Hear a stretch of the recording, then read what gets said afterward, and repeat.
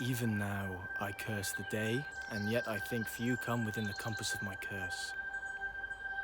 And when I did not some notorious ill as kill a man, or else devise his death, ravish a maid, or plot the way to do so, I can accuse an innocent and forswear myself and set deadly enmity between two good friends. I make poor men's cattle break their necks, set on fire the barns and haystacks in the night, and bid the owners to quench them with their tears. Oft have I digged up dead men from their graves and set them upright against a dear friend's door, even when their sorrows almost were forgot, and on their skins, as in the bark of trees with my knife I carved in Roman letters, do not let your sorrows die, though I am dead. Do not let your sorrows die, though I am dead.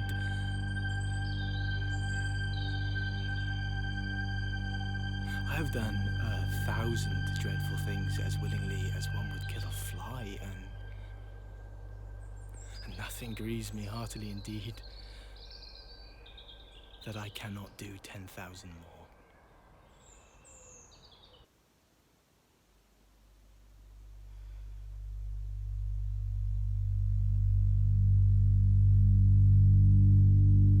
What's the news with thee? Full of vexation come I, with complaint against my child, my daughter Hermia. Stand forth, Demetrius. My noble lord, this man hath my consent to marry her. Stand forth, Lysander,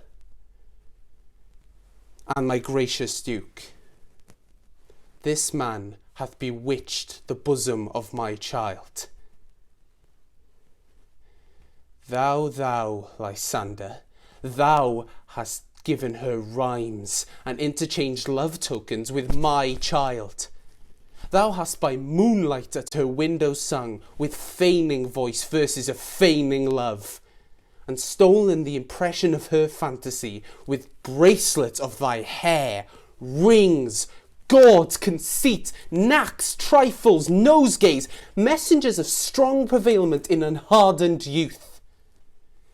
With cunning hast thou filched my daughter's heart, turned her obedience, which is due to me, to stubborn harshness.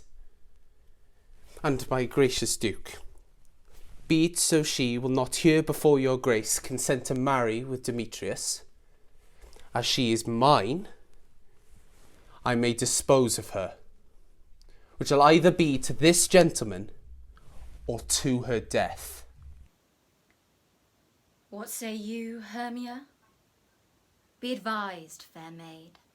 Demetrius is a worthy gentleman. So is Lysander.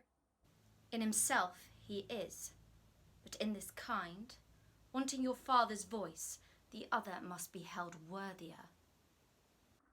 I would my father looked but with my eyes. Rather your eyes must with his judgment look. I do entreat your grace to pardon me. I know not by what power I am made bold, nor how it may concern my modesty in such a presence here to plead my thoughts. But I beseech your grace that I may know the worst that may befall me in this case if I refuse to wed Demetrius. Either to die the death, or abjure forever the society of men. Therefore, fair Hermia, question your desires. Know of your youth, examine well your blood, whether, if you yield not to your father's choice, you can endure the livery of a nun. For you to be in shady cloistered mood, to live a barren sister all your life, chanting faint hymns to the cold, fruitless moon. Thrice blessed they that master so their blood, undergo such maiden pilgrimage. But earthlier happy is the rose distilled than that which withering on the virgin thorn grows, lives, and dies in single blessedness. So will I grow. So live, so die, my lord, ere I will my virgin patent up unto his lordship, whose unwished yoke my soul consents not to give sovereignty. Relent, sweet Hermia. And Lysander, yield thy crazed title to my certain right. You have her father's love, Demetrius. Let me have Hermia's. Do you marry him? Scornful Lysander. I am, my lord. As well derived as he, as well possessed. My love is more than his. My fortunes is every way as fairly ranked, not with advantage as Demetrius, and which is more than all these boasts can be. I am beloved of beauteous Hermia.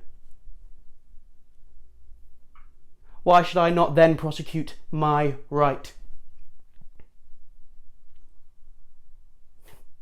And Demetrius, I'll avouch it to his head, made love to Nadar's daughter Helena,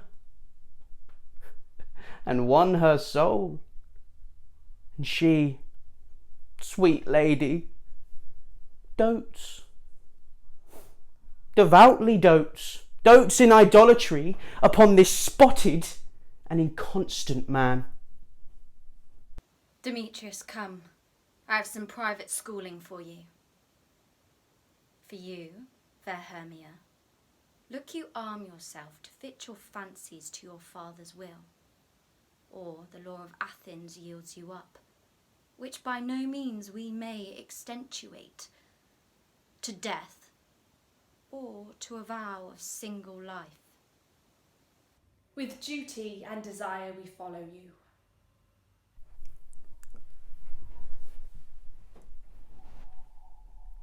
How now, my love? Why is your cheek so pale? How chance the roses there do fade so fast? Like for want of rain, which I could well beteem them from the tempest of my eyes. Ay me, for aught I could ever read, could ever hear by tale or history, the course of true love never did run smooth, or else it was different in blood. Oh, cross! Too high to be enthralled to low? Or else misgraft in respect of years. Or spite? Too old to be engaged to young? Or else is stood upon the choice of friends. Oh, hell! To choose love by another's eyes. Or, if there were a sympathy in choice, war, death, sickness did lay siege to it, making it as momentary as a sound, swift as a shadow, short as any dream, brief as the lightning in the colliered night, that in a spleen unfolds both heaven and earth, and ere a man have power to say, behold, the jaws of darkness do devour it up. So quick bright things come to confusion. If then true lovers have been ever crossed, it stands as an edict in destiny. Then let us teach our trial patience, because it is a customary cross. As due to love as thoughts and dreams and sighs, wishes and tears, poor fancy's followers.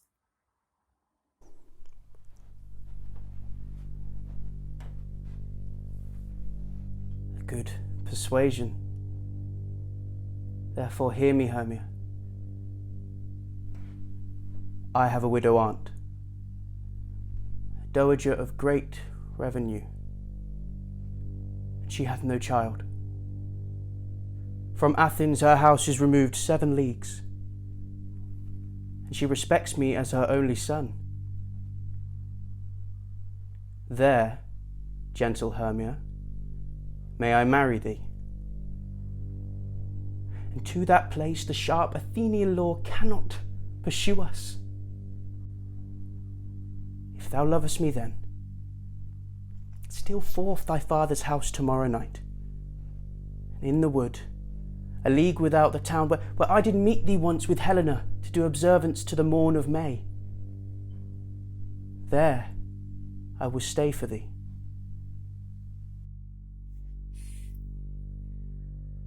My good Lysander, I swear to thee, by Cupid's strongest bow, by all the vows that ever men have broke, in number more than ever women spoke, in that same place thou hast appointed me, tomorrow truly will I meet with thee. Keep promise, love.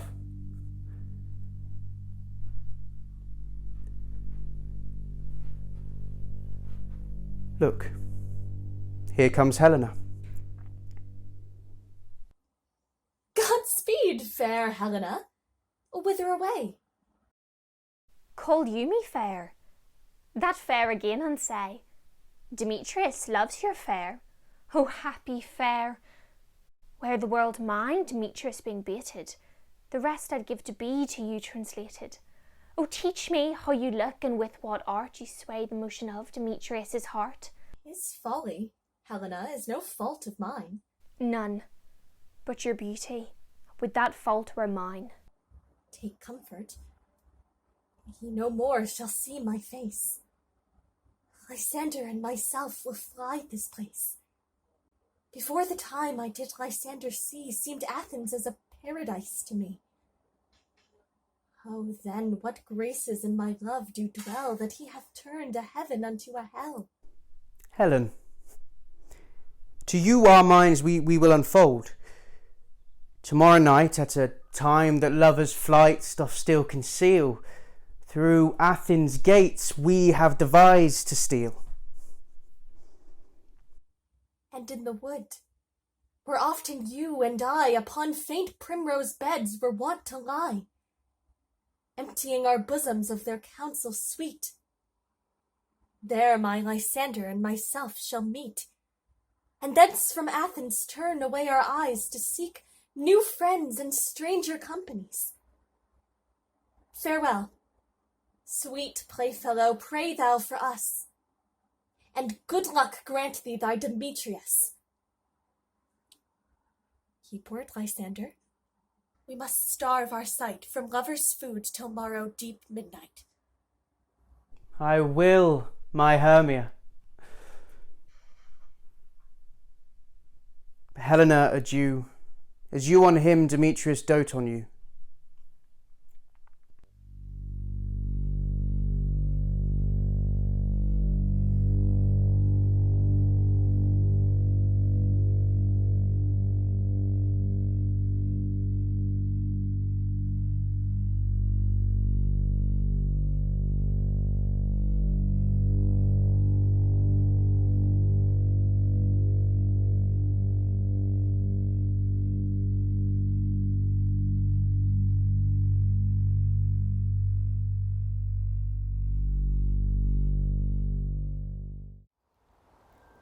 "'Tis now the very witching time of night, when churchyards yawn and hell itself breathes out contagion to this world. Now could I drink all blood, and do such bitter business as the day would quake to look on. What hempen homespuns have we swaggering here? So near the cradle of the fairy queen,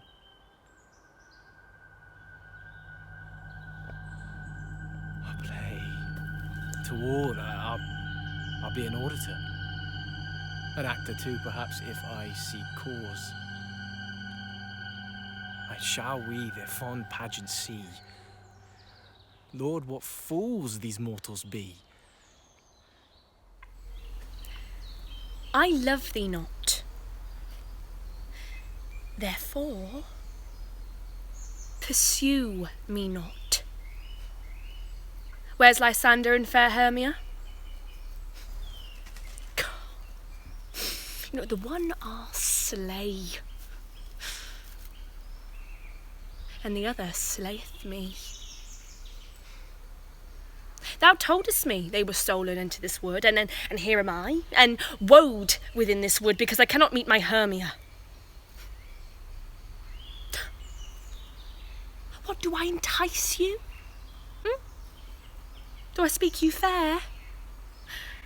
Or rather, do I not in plainest truth tell you I do not, nor I cannot love you?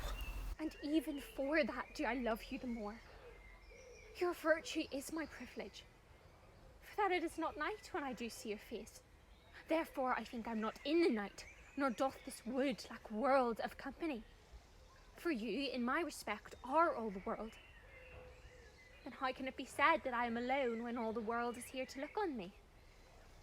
I will not stay thy questions. I'll follow thee, and make a heaven of hell, to die upon the hand I love so well. Fair love, you faint with wandering in the wood, and to speak you troth, I have forgotten our way. Will rest us, Hermia, if you think it good, and tarry for the comfort of the day. Be it so, Lysander. Find you out of bed, for I upon this bank will rest my head. One turf shall serve as pillow for us both. One heart, one bed, two bosoms, and one troth. Nay, good Lysander, for my sake, my dear, lie further off, yet do not lie so near. Oh, take the sense, sweet, of my innocence. Love takes the meaning in love's conference.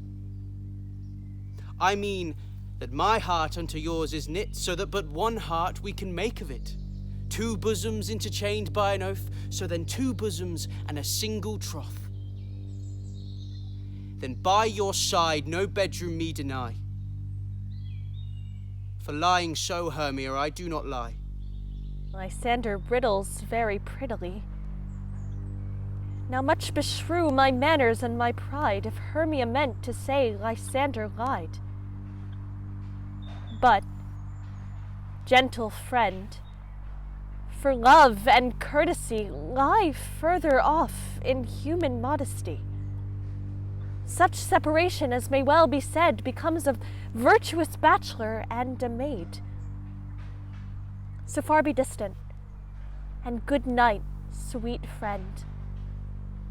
Thy love ne'er alter till thy sweet life end. Amen. Amen. To that fair prayer say I, and end life when I end loyalty. Here is my bed. Sleep give thee all his rest. With half that wish, the wisher's eyes be pressed.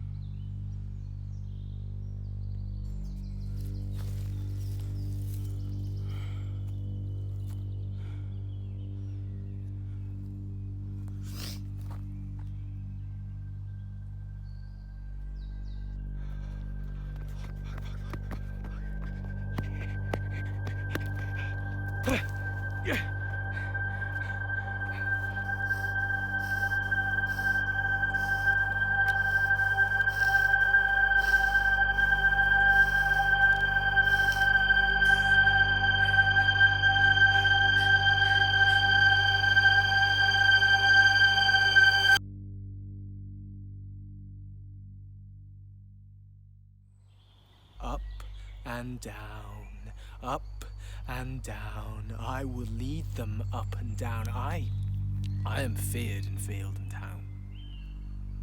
Goblin, lead them up and down. Night and silence. Who is this?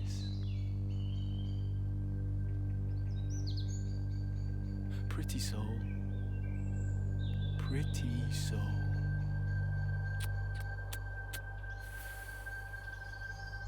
She does not lie near this lack love, this kill courtesy.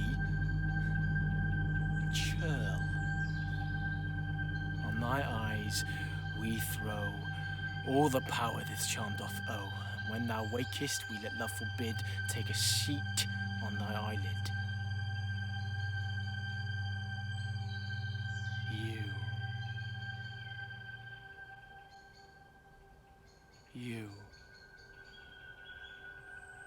You common cry of curse, whose breath I hate, as Rico the rotten fence, whose love I prize as the dead carcasses of unburied men that do corrupt my air.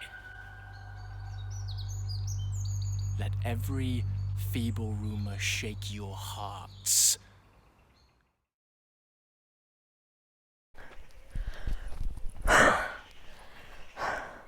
Oh, I am out of breath in this fond chase.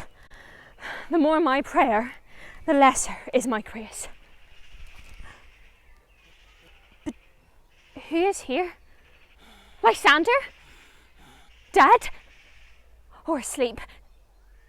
I see no blood, no wound. Lysander, if you live, good sir, awake.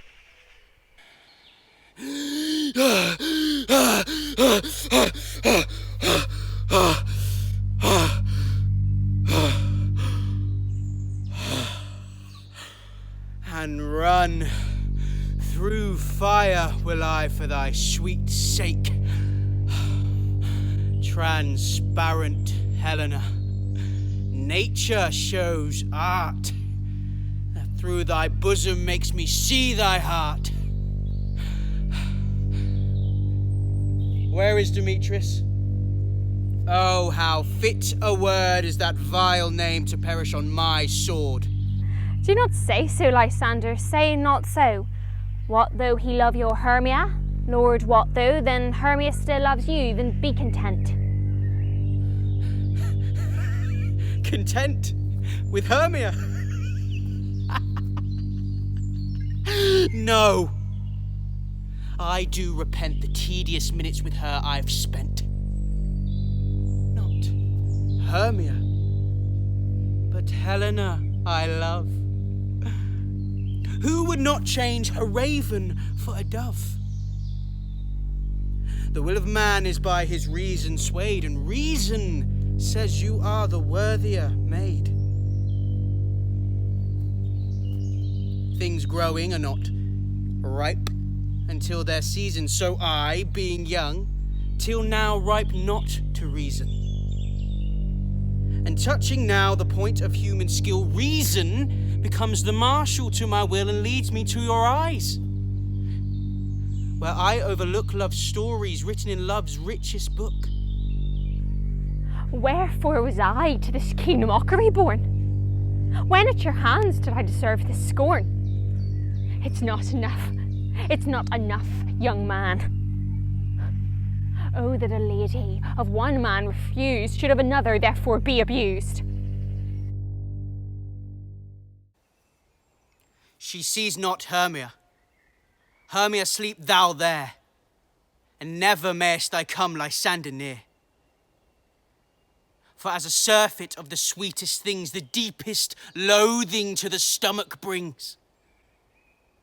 Or as the heresies that men do leave are hated most of those they did deceive.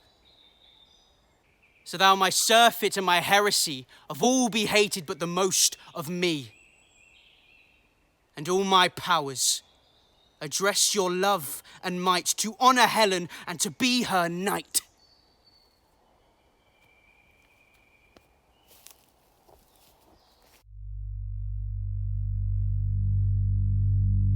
Help me, Lysander, please help me, and do thy best to pluck this crawling serpent from my breast. Ay me, for pity. What a dream was here. Lysander, look how I do quake with fear. Methought a serpent ate my heart away, and you sat smiling at his cruel prey. Lysander! What, removed? Lysander!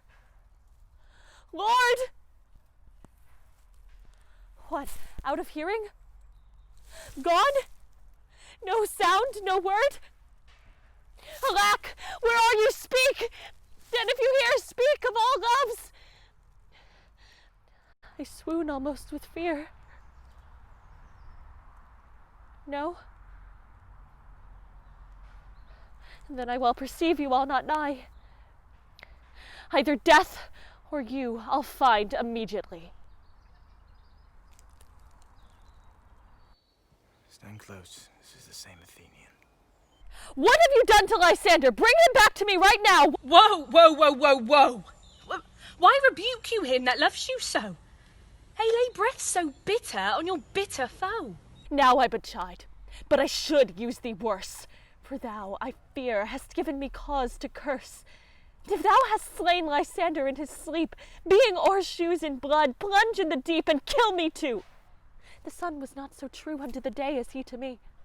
Would he have stolen away from sleeping Hermia? I'll believe as soon this whole earth may be bored, and that the moon may through the centre creep, and so displease her brother's noontide with Antipodes. It cannot be but thou hast murdered him. So should a murderer look, so dead, so grim. So should the murdered look. And so should I. Pierced through the heart with your stern cruelty, yet you, the murderer, look as bright, as clear as yonder Venus in her glimmering sphere. What's this to my Lysander? Where is he? Ah, good Demetrius. Wilt thou give him me? And if I could, what should I get therefore? A privilege. Never to see me more.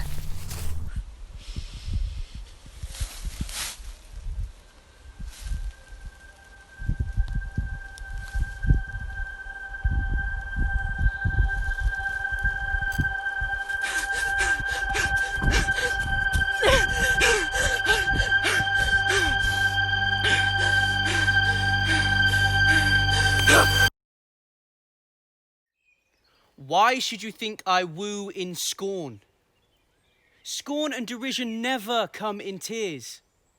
You do advance your cunning more and more. When truth kills truth, O devilish holy fray. These vows are Hermia's. Will you give her o'er? Your vows to her and me put in two scales will even weigh, and both as light as teals. I had no judgment when to her I swore.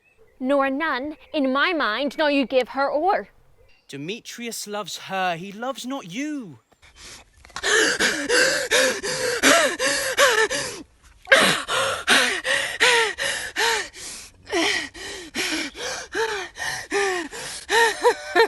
Oh, Helena! Goddess! Nymph! Perfect! Divine! To what, my love, shall I compare thine eyne? Crystals muddy? Oh, how ripe in show thy lips those kissing cherries tempting grow. That pure congealed white, high Taurus snow fanned with the eastern wind, turns to a crow when thou hold'st up thy hand. Oh, let me kiss this princess of pure white, this seal of bliss. Oh, spite! Oh, hell! I see you're all bent to sit against me for your own merriment. You are both rivals and love Hermia, and now both rivals to mock Helena? You are unkind, Demetrius. Be not so. For you love Hermia, this you know I know. And here, with all goodwill, with all my heart, in Hermia's love I yield up my part. And yours of Helena to me bequeathed, whom I do love and will do till my death. Never did mockers waste such idle breath. Lysander, keep thy Hermia. I will none. Car fair I loved her, all that love is gone. My heart to her but is guest-wise sojourned, and now to Helen is at home returned there to remain. Oh, look! Look where thy love comes, yonder is thy dear. Here she comes, cursed and sad. Cupid is a knavish lad, thus to make poor females mad. Dark night, that from the eye his function takes, the ear more quick of apprehension makes. Wherein it doth impair the seeing sense, it pays the hearer double recompense. Thou art not by mine eye, Lysander, found. Mine ear, I thank it, brought me to thy sound.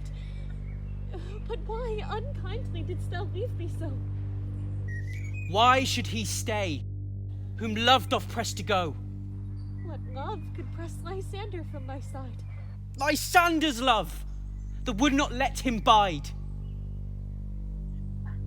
Fair Helena, who more engilds the night than all your fiery O's and eyes of light. Why seekest thou me? Could not this make thee know? The hate I bear thee made me leave thee so. You speak not as you think. It cannot be. Lo, she is one of this confederacy. I understand not what you mean by this. Stay, gentle Helena. Hear my excuse, my love, my life, my soul, fair Helena. Oh, excellent. Lysander? Whereto tends all this? Away, you Ethiop. No. No. He'll seem to break loose. Take on as you would follow, but yet come not. Oh, you are a tame man. Go. Hang off, thou cat, thou burr. Vile thing, let loose, or I will shake thee from me like a serpent. Why are you grown so rude? What change is this? Sweet love, Thy love! Out, tawny tartar, out! Loathed medicine, hated potion, hence! Do you not jest? Yes, sooth, and so do you. Demetrius, I'll keep my word with thee. Oh, I would I had your bond. For I perceive a weak bond holds you. I'll not trust your word. What?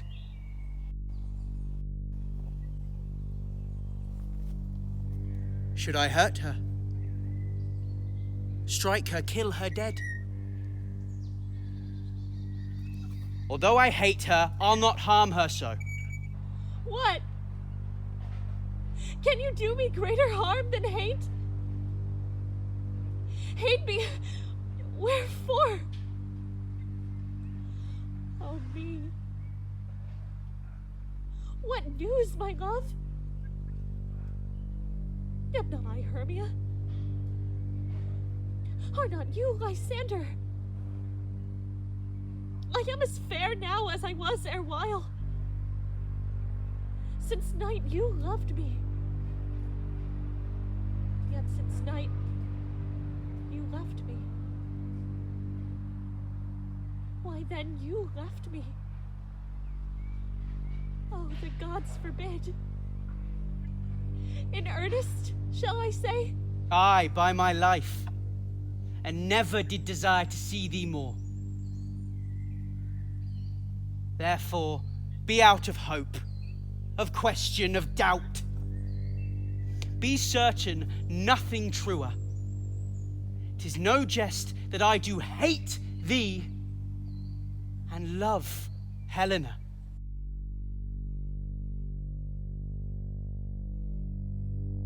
I am amazed and know not what to say.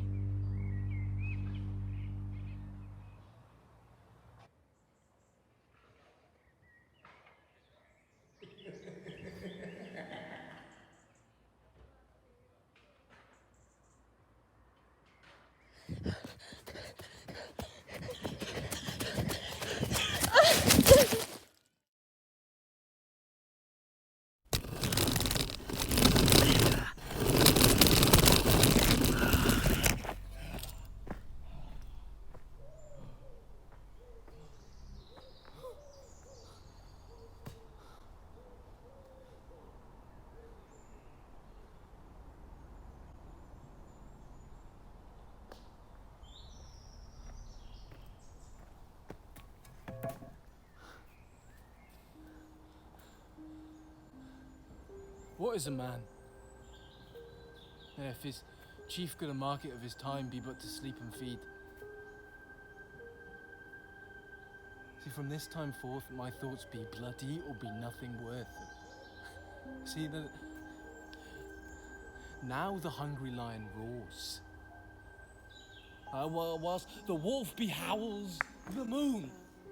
Whilst the heavy ploughman snores after weary task fordone. Now it is the time of night, that the graves are gaping wide. Everyone lets forth their sprite on the churchway paths to glide. If we shadows have offended, think but this, and all is mended. That you have but slumbered here, whilst these visions did appear. So gentles, do not reprehend. If you pardon, we will mend. And as I am an honest buck, and if we have unearned luck to escape the serpent's tongue, we will make amends ere long. Else the pucker liar call. So good night unto you all. If we be friends. Give me your hands if we be friends. And Robin shall restore amends.